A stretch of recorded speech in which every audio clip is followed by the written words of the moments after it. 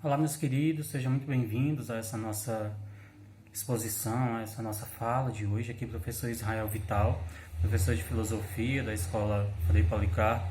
E hoje eu quero falar para vocês, a turma de segundo ano. Nós estamos nos aproximando do final desse nosso período letivo, desse nosso semestre, ainda que em atividades remotas. E hoje eu queria ponderar algumas coisinhas que nós trabalhamos ao longo desse semestre. Inicialmente, eu queria falar sobre um tema que nós tivemos algumas aulas, algumas falas, e vocês leram sobre esse assunto, que é bioética. Bioética. Então, quando eu uso o termo bioética, eu estou justamente me referindo a essa ética da vida, a esse pensamento ético, a esse zelo pela vida humana como um todo. E veja que a bioética ela não se refere somente à vida minha, à vida sua, mas ela se refere à vida de todo e qualquer ser vivo. Então foi uma ponderação que nós fizemos, alguns textos, quando nós trabalhávamos a bioética, expondo justamente isso. Quando eu digo bio, vida, ética no sentido de cuidado, de zelo, de tratar da forma mais coerente possível com a vida humana e com a vida animal como um todo. Então todo ser vivo, provido de vida, é assunto da bioética. Foi um dos assuntos que nós trabalhávamos. Então entra discussões como a questão do aborto, como a questão da eutanásia, como a questão da distanásia, células-tronco, entre tantas outras coisas que nós fomos trabalhando ao longo das aulas. E é muito importante que vocês possam estar retomando o texto, já que depois dessa aula de hoje, na semana seguinte, nós já teremos justamente o período de avaliação, tá bom? Então eu gostaria que vocês retomassem o texto, mas lembrando sempre dessa premissa. A bioética ela trabalha com tudo que diz respeito à vida, não somente à vida humana. Então é importante que a gente tenha isso em mente. O segundo tópico que nós fomos trabalhando ao longo desses dias foi justamente a dimensão da liberdade. Esse tema ele é muito caro à filosofia, ele é um tema muito vasto, porque diz respeito a todas as nossas ações humanas de uma forma conjunta.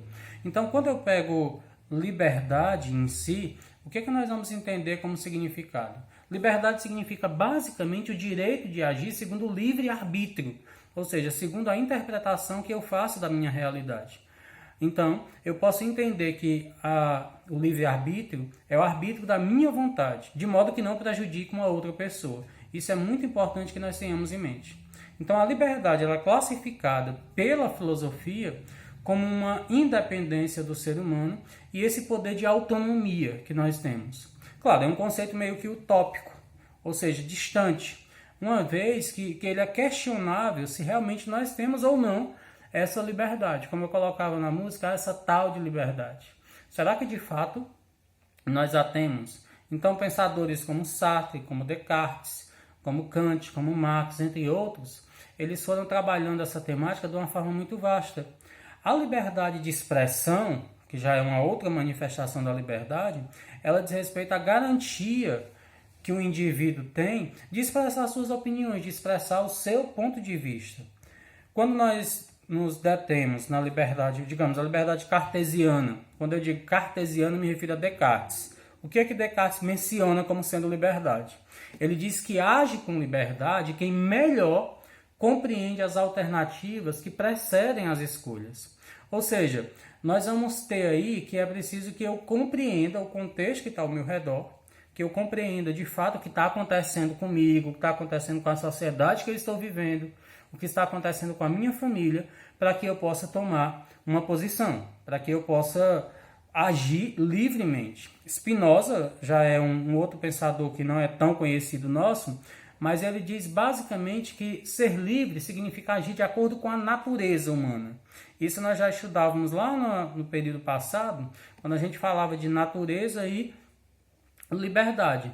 Então está diretamente associado aí em Spinoza, a liberdade ela está associada à responsabilidade. Então Spinoza ele vai trazer isso para a gente, porque ser livre, na verdade, implica assumir o conjunto dos nossos atos e ser capaz de responder por eles.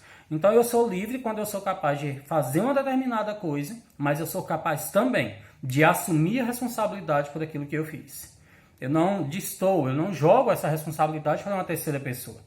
Mas é uma responsabilidade minha, foi uma escolha minha. Portanto, se eu agir com liberdade, eu preciso agora agir com liberdade na hora de acolher as consequências dessa minha ação. Um segundo ou melhor, um terceiro, Leibniz, ele diz que o ser humano, ele é livre, mas a ação humana, ela é ao mesmo tempo contingente, espontânea e refletida. Ou seja, ela poderia ser de outra forma, ela poderia ser melhor pensada, ela poderia ser melhor trabalhada. Mas é importante que o homem conheça os motivos que o levaram a agir de uma determinada forma. Quando ele conhece realmente os motivos, quando ele sabe as razões que fizeram determinados fatos acontecerem, então significa dizer que ele vai poder lidar com esses fatos agora de uma maneira livre. Do contrário, ele não vai poder fazer isso. Kant, eu gostaria muito que vocês ficassem atentos à filosofia kantiana no que diz respeito à liberdade. Kant, ele relaciona a liberdade com a autonomia, ou seja, é o direito do indivíduo de criar suas próprias regras. Então, eu sou livre porque eu tenho a capacidade de criar minhas próprias regras, que eu tenho a capacidade de ditar como que será o meu cotidiano. Kant tem uma máxima chamada máxima kantiana, que inclusive é uma máxima ética, que ele diz assim: age de tal modo que a tua prática se torne uma ação que possa ser tida como lei universal. Ou seja, um exemplo, de modo que a minha ação ela possa ser tomada de tal maneira que eu possa usar agora a minha liberdade, que eu possa usar a minha ação como um espelho, como um reflexo para que as outras pessoas também possam fazer o mesmo. Então a liberdade kantiana está baseada nessa autonomia. E essa autonomia ela vem dizer para a gente que está relacionado às leis, está condicionado às leis. Leis, na maioria das vezes, que eu mesmo criei. Schopenhauer, um outro nome, olha só, Schopenhauer, tá bom? É um filósofo que vai dizer para a gente que a ação humana ela não é totalmente livre. O agir humano ele não é totalmente livre. Mas ele está cheio de limitações, ele está cheio de, digamos, de limites. Então Schopenhauer vai dizer para a gente que a nossa ação ela não é absolutamente livre porque ela está ditada, ela está prescruta nos valores da natureza, nos valores universais. Quando nós pensamos o tema liberdade, talvez um dos filósofos que sejam assim mais citados, além de Santo Agostinho, a noção do livre-arbítrio, eu falei de livre-arbítrio, mas não mencionei Santo Agostinho, é justamente Sartre, Jean-Paul Sartre. Sartre é um filósofo francês e ele diz que a liberdade é uma condição ontológica do ser humano, ou seja, é uma condição que não dá para me dissociar, eu não posso pegar o ser humano e entender ele como um ser que não seja livre. Sartre tem uma frase que diz assim, olha, o homem ele é condenado à liberdade. Nós somos condenados a sermos livres. No ato de escolher ser livre ou não, automaticamente, eu já estou fazendo uma escolha. Então, Sartre, ele recusa o determinismo. Ele diz que nós não temos um destino traçado, mas que esse destino, ele vai ser criado, ele vai ser desenvolvido por nós. Então, desta forma, o que é que Sartre vai querer dizer para a gente? Que a nossa liberdade, ela é algo indissociável, eu não posso separar ser humano de liberdade, portanto eu sou condenado a ser livre, uma condenação que às vezes até revela uma angústia, revela um certo medo, mas que faz parte da condição humana aqui. Então Sartre vai dizer que faz parte da condição humana essa noção de liberdade. Pessoal, essa minha fala, ela foi baseada justamente naquele nosso guia de estudo da aula passada.